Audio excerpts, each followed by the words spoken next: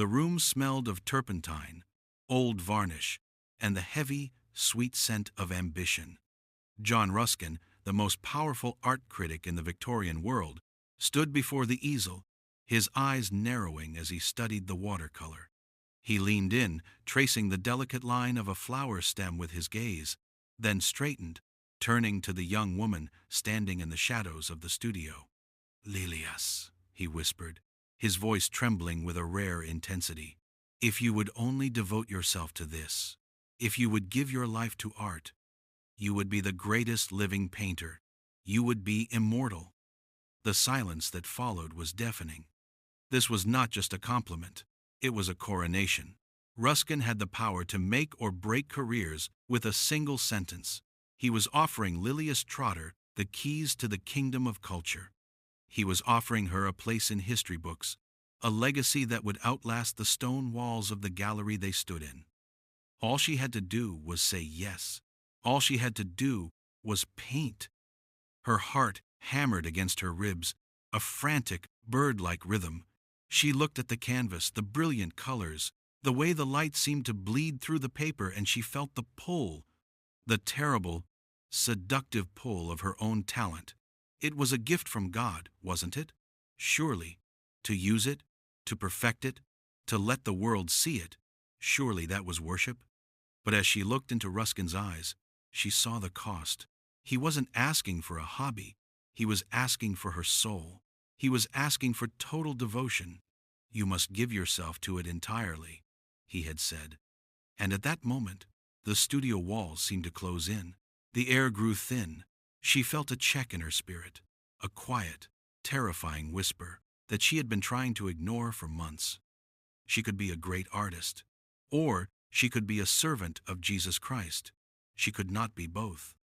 Lilias looked down at her hands, hands that could capture the sunset, hands that could make a rose bloom on paper. Then she looked up, her voice steady but barely audible. "I cannot," she said. Ruskin stared at her, stunned. "You cannot?" "I cannot give myself to painting the way you desire," she said, the tears finally stinging her eyes, "and continue to keep God at the center of my life." He didn't understand. How could he? He saw a tragedy. He saw a waste of genius. He saw a young woman throwing away a diamond to pick up a wooden cross. But he had no idea what would happen next. To understand why a wealthy, talented woman would walk away from fame to vanish into the obscurity of a foreign land, we must go back. Lilias Trotter was born into the velvet embrace of Victorian privilege in 1853. She was a child of the upper class, raised in a world of nursemaids, governesses, and European tours. She had the kind of life where the sun always seemed to filter through lace curtains. From childhood, she was a prodigy with a paintbrush.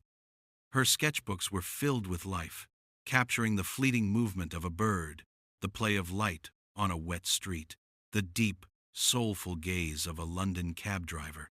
She had an extraordinary eye, an innate genius that could not be taught. It was a gift that promised her a place among the artistic elite. Her spiritual life, however, was still a conventional Victorian affair, respectable, proper, and largely theoretical. It lacked the same vibrant color she saw in the material world. Then, at 23, her life intersected with a force that would ignite her faith with the same intensity as her art, the great evangelist D.L. Moody. His fiery, plain-spoken sermons did not just inform her mind, they struck her soul. The polite, inherited faith of her youth was suddenly exposed as a poor imitation of the passionate, life-consuming relationship with Christ Moody described. Lilias yielded to a deeper call. She didn't just become a Christian, she became a disciple. This decision was the first seismic shift, transforming her from a talented socialite into a seeking soul. The world she moved in still demanded she pursue her destined career. Art was her path to fame. But beneath the petticoats and the parlor etiquette, there was a fire burning in Lilias that polite society couldn't extinguish. She wasn't just religious, she was hungry. While other young women worried about marriage prospects and embroidery, Lilias was haunted by the reality of God. She had been touched by the revivals sweeping England, the higher life movement that whispered a dangerous truth. God doesn't just want your Sunday morning, He wants everything. She began to sneak away from the comfort of the West End. At night, while London slept, Lilias and her friends would venture into the shadows of Victoria Station. The gas lamps flickered on the wet cobblestones, illuminating a world the upper class pretended didn't exist. Prostitutes, pickpockets, young women chewed up by the industrial machine and spat out onto the streets. This was the YWCA work, not a social club, but a rescue mission. She would walk into the gin palaces, the air thick with smoke and despair, and she would sit with the women. She didn't preach down to them. She loved them. She opened a hostel for them, finding jobs, finding food, finding hope. But the strain was breaking her. She was trying to live two lives. By day, she was the brilliant protégé of John Ruskin, studying nature, painting masterpieces, floating through the salons of the elite. By night, she was a warrior in the slums, fighting for the souls of the broken. Her health began to fail. Her heart, physically weak since childhood, began to flutter and stumble. She was exhausted. She was fraying at the edges. And that was when the ultimatum came. Ruskin's voice was the voice of the world, offering her the kingdoms of the earth. Immortality, he had promised. Lilias went home that night and fell to her knees. She didn't want to choose. She loved her art. It was how she saw the world. Every leaf, every cloud, every shadow was a letter from God. To give it up felt like cutting off a limb.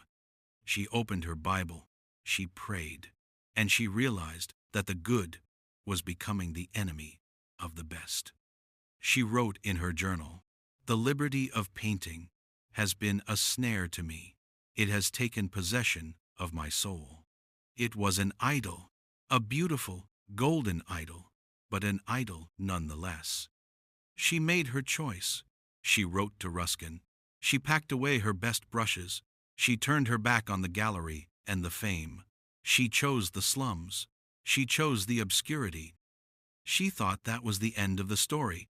She thought she would spend the rest of her life in London, a quiet, faithful worker among the poor. But God was not done with Lilias Trotter. May 1888. Lilias stood on the deck of a steamer, the wind whipping her skirts, her eyes fixed on the horizon. The gray skies of England were gone. Ahead, rising out of the turquoise Mediterranean like a white dream, was the coast of Africa, Algiers. It was a city of dazzling light and dark shadows, a city of minarets and French boulevards, of spice markets and ancient fortresses. She was 35 years old. She was single. She had a heart condition that doctors said should keep her in bed. She had no mission board to support her. In fact, the mission board had rejected her. They looked at her medical chart, they looked at her age, and they said, "No, you are not fit. You will die out there." So she went anyway. Nowhere was Anders and Tellady. She and two friends used their own money, bought their own tickets, and sailed into the unknown. They didn't know the language. They didn't know the culture. They only knew that God had whispered North Africa to their spirits, and they had to obey. As the boat docked, the noise hit them, a cacophony of Arabic, French, and Berber, porters shouting, donkeys braying, the smell of dust and oranges and unwashed bodies. They found a house in the Arab quarter, the Casbah. It was a labyrinth of narrow streets, so steep they were essentially staircases, where the sun barely reached the ground. The houses leaned together, their walls whitewashed, their doors heavy and barred. They were the only English women there. The locals watched them with suspicion. Who were these women? Were they spies? Were they mad? Lilias didn't care. She was enchanted. Even though she had given up art as a career, she couldn't stop her eyes from seeing the beauty. The way the light hit the white walls, the deep indigo of the women's veils, the golden dust in the air. But beauty doesn't save souls. They began their work. They opened their doors. They tried to learn Arabic, a language that felt like chewing on stones. It was difficult, complex, and exhausting. The language is a heavy climb, she wrote, but we are getting on. They started inviting women into their home. They taught embroidery. They visited the sick. They walked the streets, smiling, praying, looking for an opening. And they hit a wall of stone. Islam in Algiers was not just a religion. It was the air the people breathed. It was their identity, their history, their community. To leave Islam was to die to your family, your tribe, your nation. For months, nothing happened. No converts, no interest, just polite curiosity and deep, impenetrable resistance. Lilias would sit on her rooftop at night, looking out over the sleeping city, listening to the call to prayer echoing from a dozen minarets. Allahu Akbar, Allahu Akbar. It was a fortress, a spiritual fortress that had stood for 1,000 years, and she was armed with nothing but a Bible and a weak heart. Doubt began to creep in. Had she made a mistake? Had she left everything, the fame, the comfort, the home for this, to throw herself against a wall that would not move? Then came the night that changed her destiny. They called it the breath of the South. The Sirocco wind blew in from the Sahara, hot and dry, carrying the sand of the desert. It coated everything in a fine red dust. It frayed tempers and sapped strength. Lilias was lying in her room, her heart fluttering like a trapped moth. The physical exhaustion was overwhelming. The heat was relentless. She felt like a failure. She looked at her life. She was a seed that had fallen into the ground, buried, forgotten, dying. And in that darkness, the Holy Spirit brought a verse to her mind. Except a corn of wheat fall into the ground and die, it abideth alone. But if it die, it bringeth forth much fruit. Suddenly, she saw it. She had been looking for success. She had been looking for numbers, for converts, for visible results. But God was looking for death. He was looking for the death of her ambition, the death of her need for success, the death of herself. She realized that the death wasn't a punishment, it was a gateway. She picked up her pen, not a paintbrush, but a pen, and began to write. She looked at a dandelion she had found.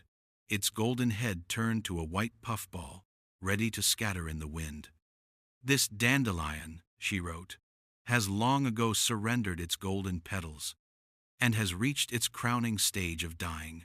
The delicate seed globe must break up now. It gives and gives till it has nothing left. This was the secret. The dandelion doesn't hold on to its life. It lets the wind shatter it. It lets the wind carry the seeds away, to places the flower itself could never go.